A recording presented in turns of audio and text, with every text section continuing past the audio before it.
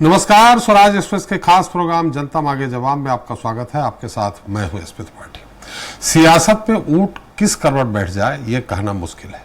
ताजा मामले को ही देख लीजिए। पूर्व परिवहन आरक्षक सौरभ शर्मा की काली कमाई और पूर्व मंत्री भूपेंद्र सिंह समेत कई बीजेपी नेताओं पर हमलावर रहे उपनेता प्रतिपक्ष हेमंत कटारे अब खुद ईओडब्ल्यू की लपेटे में आ गए। हेमंत कटारे के साथ ही उनकी मां, भाई योगेश कटारे और बहू समेत 7 लोगों पर ईओडब्ल्यू ने एफआईआर दर्ज की है। मामला भोपाल के आईएसबीटी प्रोजेक्ट में प्लाट आवंटन में गड़बड़ी से जुड़ा बताया जा रहा है।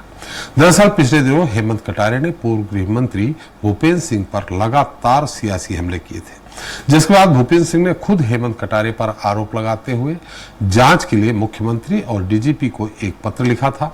कयास लगाए जा रहे हैं कि हेमंत कटारे पर दर्ज एफआईआर भूपेंद्र सिंह के लिखे उसी पत्र का नतीजा है। आज हम इसी पर चर्चा करेंगे, लेकिन उससे पहले बात कर लेते हैं छत्तीसगढ़ की, जहां धर्म और आस्था भी अब सियासत से अछूते नहीं है।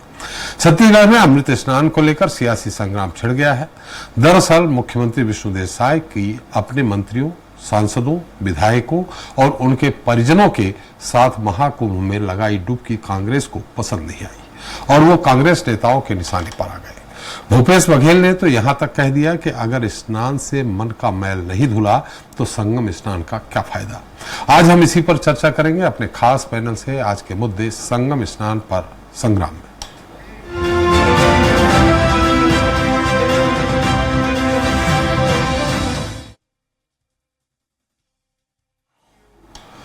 तो राज्यपाल रामेन डेका, मुख्यमंत्री विष्णुदेव साय, विधानसभा अध्यक्ष समेत पूरा मंत्रिमंडल आज प्रयागराज के त्रिवेणी संगम में आस्था की डुबकी लगाने पहुंचा।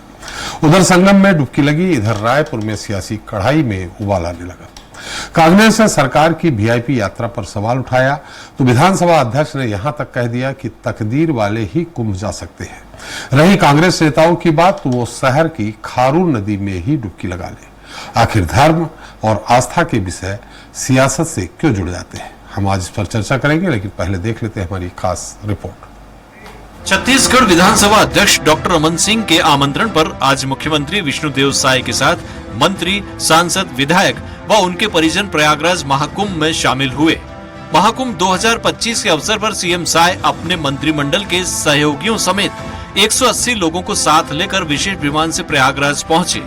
संगम में डुबकी लगाने के बाद सीएम विष्णुदेव साय ने कहा, यह छत्तीसगढ़ के लिए सौभाग्य का दिन है। तो आज हम लोग का सौभाग्य है, हम लोग मां गंगे से छत्तीसगढ़ की खुशहाली की कामना करेंगे। बता दें कि इस कुंभ यात्रा में कांग्रेस के भी 7 विधायक शामिल हुए।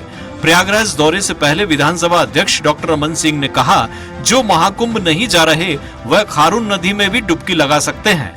कांग्रेस नेताओं पर तंज कसते हुए उन्होंने कहा कि जिनके तकदीर में नहीं है वो कुंभ नहीं जा रहे हैं। जिसके तकदीर में होता है वही 144 साल बाद के कुंभ में स्नान करता है। जिसके तकदीर में नहीं है उसको डॉक्टर रमन नहीं लिख सकता, ये तो ऊपर वाला लिखता है। तो जो तकदीर जिसका है वो पहुंच जा रहे हैं, जिनके तकदीर में नहीं है वो यहीं खारून में नहा ले तो भी चलेगा। उधर पूर्व मुख्यमंत्री भूपेश बघेल ने प्रयागराज नहीं जाने को लेकर कहा, मेरी आस्था पूरी है, मेरे जीवन की पहली यात्रा ही प्रयागराज रही। संगम के बीच में जाकर नाव से कूदा था, तब मैं 5 साल का था। ऐसे पर्व में जब बहुत ज्यादा भीड़ हो रही हो तो वीआईपी लोगों को अवॉइड करना चाहिए।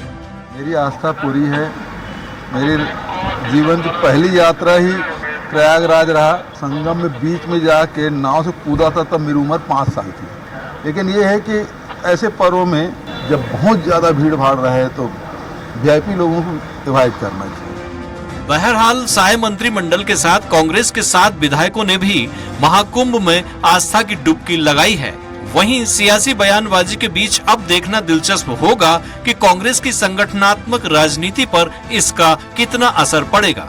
स्वराज एक्सप्रेस के लिए रायपुर से दिलीप साहू की रिपोर्ट।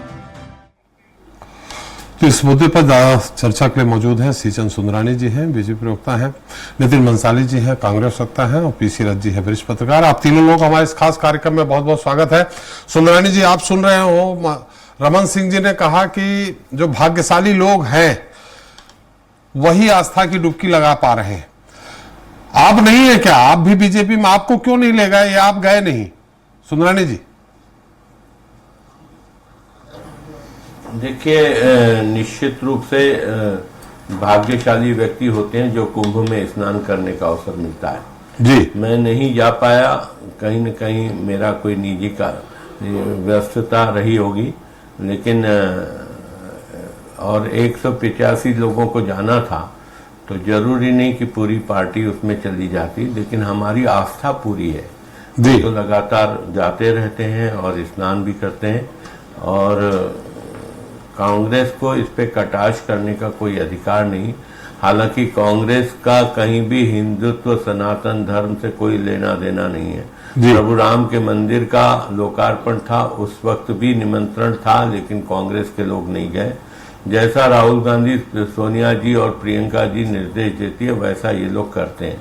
राम मंदिर से दूरी बनाया इन्होंने और अब कुंभ से दूरी बना रहे, और ये बहाना बना रहे कि भीड़ भाड़ में वीआईपी लोगों को नहीं जाना चाहिए। जहां सारे प्रदेशों के लोग जा रहे हैं, बड़े वीआईपी जा रहे हैं, तो कांग्रेस के लोगों को कहां अड़चन आ सकती थी। लेकिन इन्होंने बहाना बनाना सीख लिया और ये कहीं न कहीं अपने वोट बैंक को खिसकते देख ये इस प्रकार का काम करते हैं। ये अपने आप को सनातनी कहते हैं, हिंदू कहते हैं, लेकिन हिंदुत्व के प्रति आस्था वाली बात कभी भी इनके मन में नहीं दिखती। जो 7 कांग्रेसी गए हैं, क्या वो भाजपा में आ रहे हैं? क्या 7 कांग्रेसी विधायक भी गए? नहीं, मैं ये तो नहीं कहूंगा कि वो भाजपा में आ रहे हैं। वो जहां भी रहे, अगर वो सनातन का सम्मान करते हैं तो निश्चित रूप से हम उनका सम्मान करते हैं। अच्छा, ये पूरा खर्च सरकार उठा रही है क्या? हमारी ये विधानसभा उठा रही है कि सरकार उठा रही है ये खर्च, ये जो बोइंग विमान गया है? नहीं, क्यों उठाएगी सरकार? ये कौन उठा रहा है? क्यों उठाएगी सरकार? ये कोई सरकार, देखिए कौन उठा रहा है मैंने नहीं पूछा है त्रिपाठी जी। किसने खर्च उठाया ये मेरी जानकारी में नहीं है।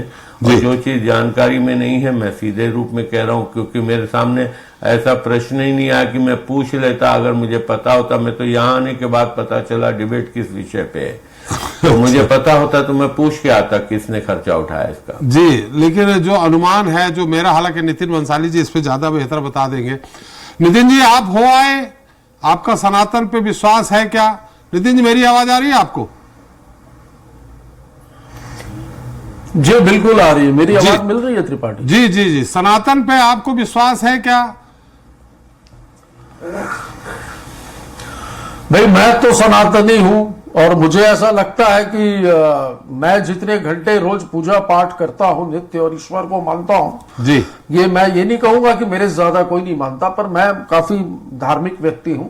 हाँ, पर कुंभ मैं नहीं जा पाया हूं, पर हाँ निश्चित तौर पर अभी 28 फरवरी तक के जाने का है। तो अभी चूंकि यहाँ पर नगरीय निकाय के चुनाव थे और व्यस्तता थी तो मैं नहीं जा पाया हूं, पर निश्चित ही जाऊंगा। पर ये कौन से हमारे शास्त्रों में लिखा है कि यदि आप कुंभ नहीं गए, कुंभ में स्नान नहीं किया तो आप सनातनी नहीं हो? भाई, मन हो चंगा तो कटौती में गंगा जी। मन साफ होना चाहिए। वहां पर जाकर मेरे एक बात कहूं, मैं बिल्कुल बहुत प्रभु को, ईश्वर को मानने वाला व्यक्ति हूं। ये विशेष विमान से 180 लोग गए और वहां पर 5 लग्जरी बसेस जो थी, इलेक्ट्रिक बसों से, फिर वो गाना गाते गाते मेरे झोपड़ी के भाग खुल गए, राम आएंगे। तो मैं तो वो गाना सुन के मुझे ये लगता है कि भाई राम गए कहां थे, और ये इतने कौन से शक्तिशाली लोग हैं जो राम को ले आए? तो बहुत सारे प्रश्न उठते हैं। इनके काफी लोग नहीं गए हैं। रमन सिंह जी अभी कह रहे थे, काफी वरिष्ठ हैं, अभी तो विधानसभा में काफी वरिष्ठ, मुझे लगता है वरिष्ठतम नेताओं में उनकी गिनती होती होगी। वो कह रहे थे कि जिनको मतलब जो भाग्यशाली होते हैं वही कुंभ जाते हैं। तो आपकी डिबेट में मैं क्या अभागा हूं? रथ साहब क्या अभागे हैं? श्रीचंद भैया क्या अभागे हैं? ये कैमरामैन, रिपोर्टर, ये सब क्या अभागे हैं जो नहीं जा पाए? ऐसा बिल्कुल भी नहीं है। आस्था मन से होती है और आस्था मन से होनी भी चाहिए। बिल्कुल कुंभ जाना चाहिए, कुंभ स्नान करना चाहिए, पर स्नान के और इसके नाम पर, भक्ति के नाम पर राजनीति नहीं करनी चाहिए, जो राजनीति ये लगातार करते आ रहे हैं। वीआईपी कल्चर की बात कर रहे हैं, हमारे नेता भी गए हैं, इनके जैसे प्रोटोकॉल में नहीं गए हैं, बिल्कुल सामान्य रूप से गए हैं, स्नान किया है और इनको जानकारी नहीं है, 2-2 दिन लगे हैं, ऐसे नहीं हुआ है उनका वहां पर स्नान और पूजा पाठ जो हुई है वहां पर। तो ये जो लगातार ये बातें कह रहे हैं कि कुंभ में जाने से ही आप सनातनी होंगे, तो इस बात का मैं खंडन करूंगा। और खारून नदी में बोला है रमन सिंह जी ने कि खारून नदी में डुबकी लगा है कि यदि आप कुंभ नहीं जाते, खारून नदी में डुबकी लगा ले, रमन सिंह जी ने हमारा विषय है, हम खारून में भी डुबकी लगाते हैं।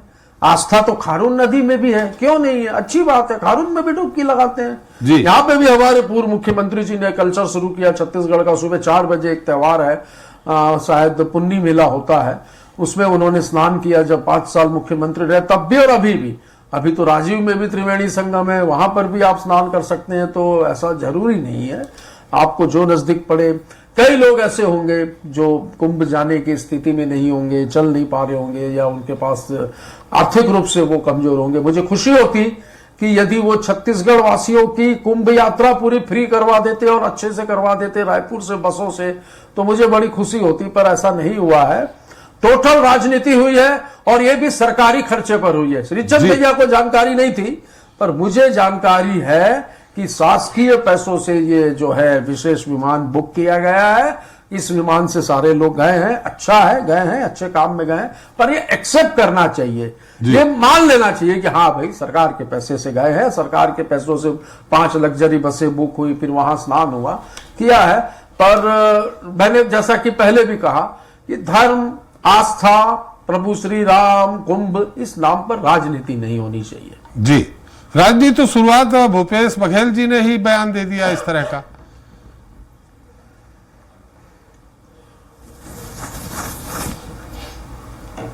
बंसाली जी, मेरी आवाज लगता नहीं पहुंच रही आप तक। जी जी जी बोलिए। राजनीति बिल्कुल नहीं होनी चाहिए। अगर रमन सिंह ने तो भूपेश बघेल जी को ये बयान शुरू किया, मन का मैल कैसे राजनीति में तो ऐसा है जी। बिल्कुल सही कहा उन्होंने। त्रिपाठी जी, आप इतने सीनियर व्यक्ति हैं, मैं तो कई सालों से आपके साथ डिबेट कर रहा हूं, आप तो नस नस से वाकिफ है चीजों की, कि उन्होंने कहा तो प्रश्न किया, उत्तर का प्रत्युत्तर तो होगा जी। बिल्कुल उन्होंने दिया कि भाई आप बिल्कुल पाक साफ हो गए क्या वहां से, अब मन मैला है तो आप कोई भी कहीं पे भी डुबकी लगा लो, वो तो स्वच्छ नहीं होगा जी। चलिए, रथ साहब हमारे साथ इनके हैं। बहुत से वरिष्ठ मंत्री और विधायक भी गए, उनके बारे में भी पूछिए, तो वो क्या सनातनी नहीं है? जी चलिए, वो सुंदरानी जी ने पूछ लूंगा, लेकिन हमें ये थोड़ा सा चिंता वाली विषय है कि हमें लगता नहीं है कि श्रीचंद सुंदरानी जी को भी आमंत्रित किया है। उन्होंने कहा मैं नहीं जा पाया हूं, बात अलग है। हमारे सुंदरानी जी को आमंत्रित नहीं किया, ये गलत बात है। रथ साहब, इसके पहले भी हालांकि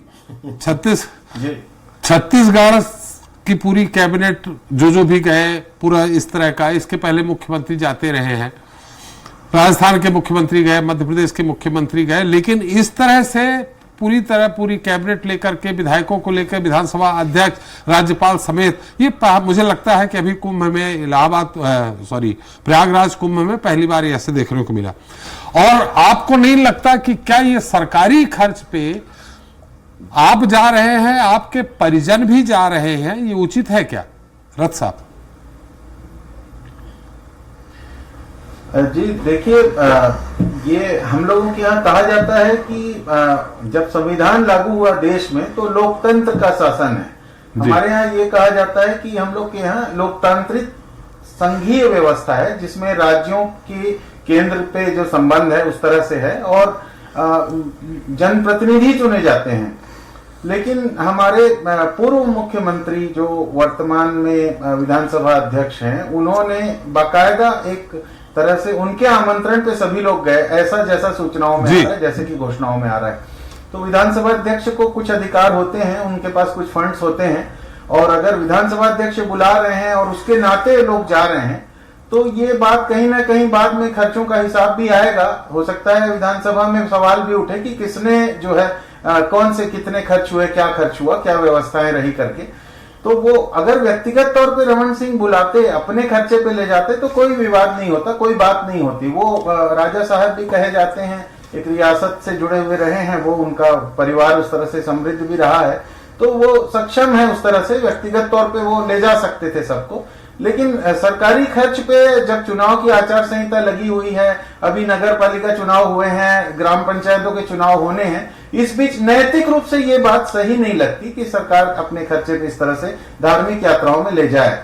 नहीं तो मन चंगा तो कटौती में गंगा कह ही चुके हैं हमारे पिछले प्रवक्ता साथी। तो उसी तरह से दूसरे धर्मों की यात्राओं पे भी हमारे संविधान में सभी को सभी धर्म मानने की स्वतंत्रता है और अपने धर्म के परिपालन के लिए लोग उस तरह से स्वतंत्र हैं। लेकिन राज्य किसी धर्म को प्रोत्साहित या किसी धर्म को संचालित नहीं करेगा, ये चीज भी संविधान में स्पष्ट रूप से दिया गया है और उसी के तहत पहले कई आयोजन होते रहे हैं जिसमें राज्य की सीधी भागीदारी नहीं होती थी। लेकिन अब जमाना दूसरा है, ये नया भारत है, न्यू इंडिया है, इसमें इस तरह के सारे प्रयोग राज्य के खर्चे से हो रहे हैं। तो ये इसमें आश्चर्य की कोई बात नहीं है कि धर्म और राजनीति को जिस तरह से जोड़ा गया है पिछले वर्षों में, उसमें इस तरह की नैतिकताओं की सीमा लोग लांघ रहे हैं और ऐसा होता रहेगा तो फिर भविष्य में देखिए विभिन्न धर्मों के अलग अलग धर्म स्थल होते हैं।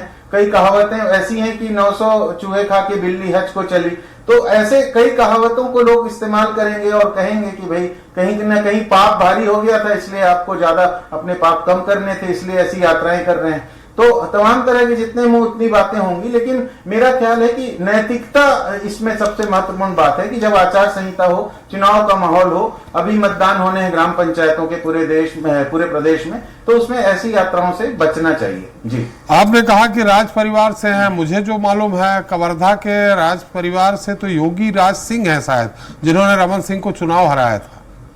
रथ साहब नहीं, एक इनका ठाठापुर करके इनकी एक रियासत हुआ करती थी, इनकी रियासत वो भी एक तरह से राजा है, राजा है। ये बात अलग है कि उस तरह से बहुत बड़े राजघराने का नहीं है, लेकिन राजा है वो और परिवार उनका राजसी। मैं कवर करने गया था चुनाव कवर्धा, जब ये चुनाव हारे थे तो मैंने यही सुना था कि योगी राज सिंह कवर्धा के राजकुमार हैं, उन्होंने इनको चुनाव हराया।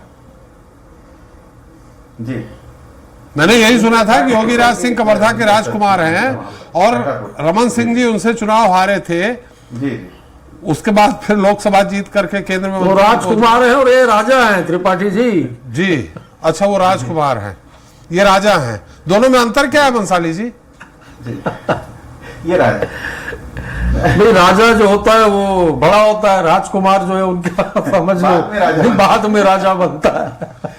चल, तो बहुत सम्मानित और अनुभवी नेता हैं रमन सिंह जी, इसमें कोई दो मत नहीं है। और उनका 15 साल तक मुख्यमंत्री रहने के बाद जो उनका रुतबा बना हुआ था वो अभी भी कायम है, बहुत कुछ उसमें कोई उसमें वो बात नहीं है। लेकिन यह है कि आचार संहिता के दौर में इस तरह की चीजें थोड़ी सी नैतिकता का सवाल उठाती हैं। जी, बोरा जी को चुनाव हराने के बाद से रमन सिंह जी का ग्राफ अचानक बढ़ा था, अन्यथा विधानसभा चुनाव भी हारे थे वो। उसके बाद लोकसभा चुनाव दुर्ग से लड़े और बोरा जी चुनाव हारे और रमन सिंह जी का ग्राफ बढ़ गया। सृजन सुंदरानी जी, जब आप और हम जाते हैं, कोई साथ में होता है, रिश्तेदार होता है, जब कहीं देवी जी का या मंदिर में प्रसाद चढ़ाते हैं तो आदमी पैसा निकाल के देता नहीं, प्रसाद का पैसा मैं कम्प्लीमेंट्री नहीं लूंगा, मैं अपना प्रसाद नहीं तो हमको पुण्य नहीं मिलेगा। अब आप बताइए, अगर सरकारी खर्च पे इतने सारे लोग गए हैं तो उनको कहां से पुण्य मिलेगा क्या? आदरणीय त्रिपाठी जी, मैंने पहले ही कहा कि किस खर्च पे गए हैं, कैसे गए हैं, इसकी मुझे जानकारी बंसाली जी ने बता दिया है और बाकायदे दावे से बोल रहे हैं। बंसाली जी ने बता दिया, दावे से बोल रहे हैं। बंसाली जी के दावों में कितना दम रहता है मैंने पहले देख चुका है जी। हर दावा सही बोल रहा हूँ, हर उनका दावा विफल होता है। कई बार बड़ी बड़ी शर्तें लगा के जाते हैं लेकिन बाद में वो सब पंचर हो जाते हैं। ये दावा भी उनका पंचर होगा। लेकिन मेरी जानकारी में आदरणीय त्रिपाठी जी, मैं कभी भी कोई चीज की जानकारी हो तो छुपाता नहीं हूँ। मैंने चूंकि मुझे पता होता कि आज की डिबेट कुंभ और कुंभ में जाने बोइंग जाने पे खर्च की बात आप पूछेंगे तो मैं जरूर उसका पता लगा के आता। लेकिन मुझे अवसर नहीं, आप पता नहीं लगाते, आप बोल देते आज अस्वस्थ हूँ। आप पता नहीं लगाते, आप बोल देते अस्वस्थ हूँ मैं इस डिबेट में भाग लेने के पहले आप अस्वस्थता बता देते, इसलिए नहीं बताया। ऐसा तो आदरणीय त्रिपाठी जी, मैंने किसी को भी जब भी मेरे पास वक्त रहा है मैंने डिबेट को कभी ना नहीं कहा है जी। और मैं बेबाकी से बोलता हूँ, जो चीज उचित होती वही कहता हूँ। जिसकी जानकारी नहीं है और मेरा विषय भी नहीं था कि मैं पता लगाऊं कि वो किस खर्च पे गए हैं। रहा सवाल पुण्य मिलने की बात है, ये तो ईश्वरी कृपा से पुण्य मिलता है। निश्चित रूप से कुंभ में नहाने से कहीं न कहीं इसका लाभ मिलता है, ऐसा शास्त्रों में लिखा है। और शास्त्रों में लिखा है तो हम उसका आज अगर 40 शास्त्रों में ये कहाँ लिखा है कि स्नान नहीं करोगे तो लाभ नहीं मिलेगा। 40 करोड़ लोग अगर कुंभ में स्नान करने गए हैं तो निश्चित रूप से उसका लाभ उनको मिला होगा, तभी तो गए। और जो बताते हैं, जो जाके आए हैं, उन्होंने ये कहा है कि जो कुंभ में नहाने के बाद जो अनुभूति का अनुभव होता है, निश्चित रूप से बहुत रिलैक्स आदमी में। तो आप क्यों नहीं गए? आपको भी जाना चाहिए। खैर वो व्यक्तिगत मामला है, लेकिन सुंदरानी जी ठीक है, इसको हटा देते हैं कि किस खर्च पे गए किसको नहीं, इस मुद्दे को हटा देते हैं। लेकिन मैं आपको आदरणीय त्रिपाठी जी मैं बता दूं, मेरे परिवार में 30 लोग हैं, जिसमें 20 लोग कुंभ नहा के आए हैं। मैं नगरीय निकाय चुनाव में व्यस्त था, लगातार व्यस्त रहा। 2 दिन हुआ है चुनाव संपन्न हुआ है, उसके बाद जो स्थिति रहती है, परिस्थितियां रहती है इंसान के सामने, तो कई कारण बन जाते हैं। लेकिन मेरे परिवार के 20 से अधिक लोग बाई रोड रायपुर से जाकर अपनी खुद की गाड़ियों में जाकर कुंभ में नहा के आए। चलिए, वो खुद की गाड़ियों में जाकर के, हम जैसे भी लोग हैं जो आधी दूर से लौटना पड़ा, चक्का जाम। बीजिंग में रिकॉर्ड बना था 100 किलोमीटर का चक्का जाम, उसके बाद ये रिकॉर्ड हो गया 300 किलोमीटर का चक्का जाम। और उस चक्के जाम में लोग कितना परेशान हुए वो अलग बात है। हम आपसे सवाल व्यक्तिगत तौर पे कर रहे हैं कि आप किसी मंदिर में जाते हैं अगर, और कोई और पैसा देता है प्रसाद का, तो क्या आपको पुण्य लगेगा? ये अपनी जेब से आप निकालेंगे तब पुण्य लगेगा? ये आपका मत जानना, ये इसको हटा दिया कि सरकारी था कि गैर सरकारी। नहीं, आदरणीय त्रिपाठी जी आपके प्रश्न से सहमत हूँ जी, कि हम लोगों में ये मान्यता है कि हम मंदिर जाते हैं, चाहे गुरुद्वारे जाते हैं, तो वहां पे जो भी चढ़ावा करते हैं वो अपने जेब का चढ़ावा करने में ज्यादा विश्वास करते हैं। और ऐसी मान्यता भी है, मतलब पता नहीं शास्त्रों में लिखा है कि नहीं लिखा है, लेकिन इंसानी मान्यता यही है कि हम अगर किसी तीर्थ स्थल पे जाते हैं, अगर कोई प्रसाद चढ़ाते हैं, तो उसमें हमारे स्वयं का पैसा लगना चाहिए, ये मान्यता है। तो लेकिन अगर विधायक है, मंत्री है, अगर उनको मैं आपको दूसरी बात बता दूं, कई लोगों की मान्यता होती है। मैं 7 साल तक रायपुर से शिरडी के लिए बस लेके रवाना होता था, शिरडी नांदेड़। लेकिन इसका मतलब ये नहीं था कि जो मेरे साथ लोग जाते थे उनको पुण्य नहीं मिलता था, जाने वाले को भी पुण्य मिलता है। मैं स्वयं ले जाता था, अपने खर्च पे ले जाता था, तो क्या उसका पुण्य सिर्फ मुझे ही मिलेगा क्या?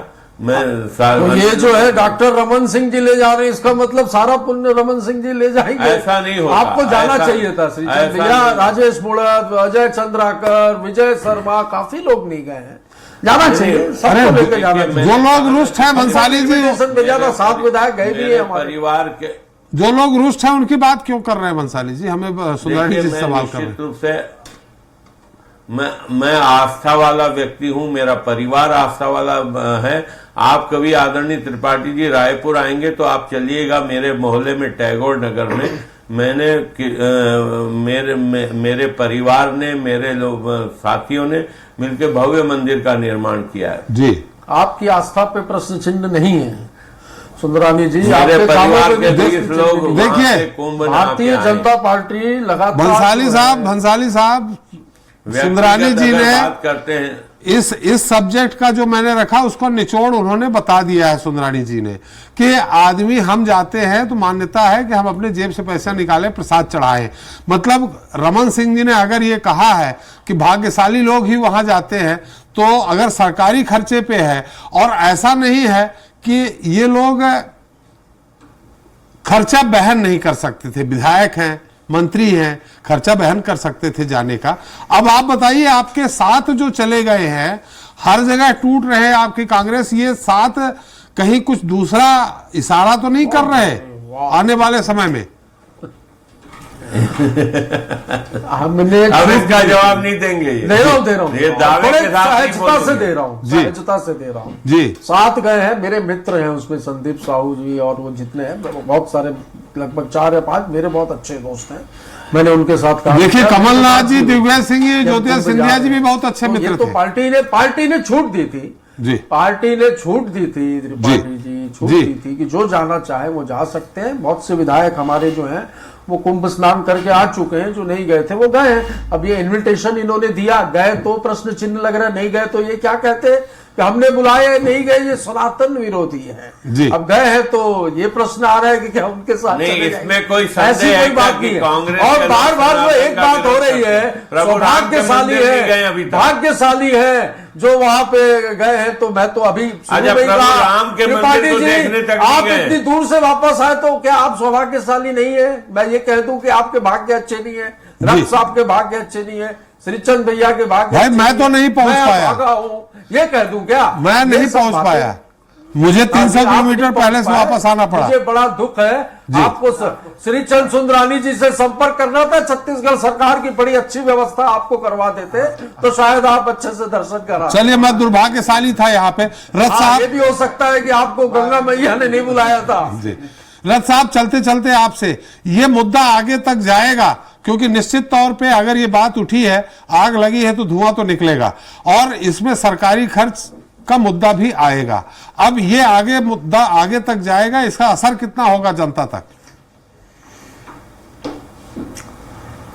देखिए, छत्तीसगढ़ की जनता को जिस तरह से कुंभ नहाने जाने आने में चक्का जाम में घंटों फंसे रहना पड़ा, हर तरह की जो सड़कें कुंभ तक, प्रयागराज या इलाहाबाद कह लें, वहां तक जाने की जो सड़कें थी वो कई जगह जाम रही। लोग 10-10 घंटे, 12-12 घंटे, 3-3 दिन तक के लोग पहुंचे हैं। 38 वहां पर घंटे जाने वाले रथ साहब, लोग रस्ते में 38 फंसे घंटे। रहे। तो उससे आने जाने में और वहां की अवस्थाओं में लोग परेशान हुए। तो इसलिए सरकार की को लेकर के ये सवाल तो जनता जरूर उठाएगी कि भाई अपने जाने की अच्छी व्यवस्था कर ली आपने और हम लोगों का उस तरह से ख्याल नहीं रखा करके। मैंने तो ये कहा भी रथ साहब कि छत्तीसगढ़ सरकार को यहाँ के लोगों को कुंभ स्नान के लिए बढ़िया लग्जरी बसों की व्यवस्था करनी थी। हालांकि ये बात भी सही है कि सरकार धर्म स्थल पे यात्राएं कराने लगी है, बहुत सारी सरकारें कराती, लेकिन वो एक तरह से गरीबों को तीर्थ यात्राएं कराती है, बुजुर्गों को तीर्थ यात्राएं कराती है, और जो लोग तीर्थ यात्रा पे गए हैं वो लोग उस तरह से कैटेगरी में नहीं आते। वो लोग संपन्न लोग हैं, वो अपने साधनों से जा सकते थे और उनके पास सक्षमता की कोई कमी नहीं है। और ये भी बात है कि हो सकता है सरकार इसका खर्च ना वहन कर रही हो और कोई बड़ा कारपोरेट वहन कर रहा हो सकता है अडानी जी वहन कर रहे हो या कोई और उस तरह से फाइनेंशियल साउंड कंपनियां कारपोरेट वहन कर रहे हो। इसलिए इस बात पे भी तर्क नहीं है कि खर्च कौन वहन कर रहा है। अभी का तर्क ये है कि चूंकि ये आचार संहिता का दौर है, इस दौर में इस तरह की यात्राएं सरकार के संयोजन से नहीं होनी चाहिए, ये वाली बात मैं कह रहा था। बाकी तो लोग अपनी धार्मिक यात्राओं के लिए स्वतंत्र हैं और पुण्य लाभ प्राप्त करने के लिए आगे जाना चाहते हैं तो सभी के लिए वो चीजें सुविधाएं होनी चाहिए। बिल्कुल सही कहा। चलिए, हमारा समय भी समाप्त हो गया। सुंदरानी जी, आपको आमंत्रित नहीं किया, मुझे बड़ा दुख है, लेकिन इस बात का धन्यवाद कि आप हमारे साथ इस चर्चा में शरीक हुए। भंसाली जी, आपको भी बहुत बहुत धन्यवाद, और रथ साहब आपको भी बहुत बहुत धन्यवाद हमारे साथ चर्चा में शरीक होने के लिए और अपना अमूल्य समय देने के लिए। तो हमने चर्चा की छत्तीसगढ़ की, जहां ऐसा लगता है कि हर कर्म को सियासत के पैमाने पर तोला जा रहा है। यहाँ नेता निजी आस्था और विश्वास को भी राजनीति की कसौटी पर कसते हैं, जिसके बाद शुरू होने वाली बहस न जाने कब कौन सा मोड़ ले लेती है और फिर सियासी बयान राजनीति की वैतरणी में तैरने लगते हैं। राजनीति की दशा और दिशा तय करने वाले उसूल कहीं खो से जाते हैं। नतीजे में किसी के हाथ कुछ नहीं लगता, लेकिन शायद सियासत में खुद को जिंदा रखने के लिए ऐसा करना जरूरी होता है। बहरहाल, ये बात रही छत्तीसगढ़ की।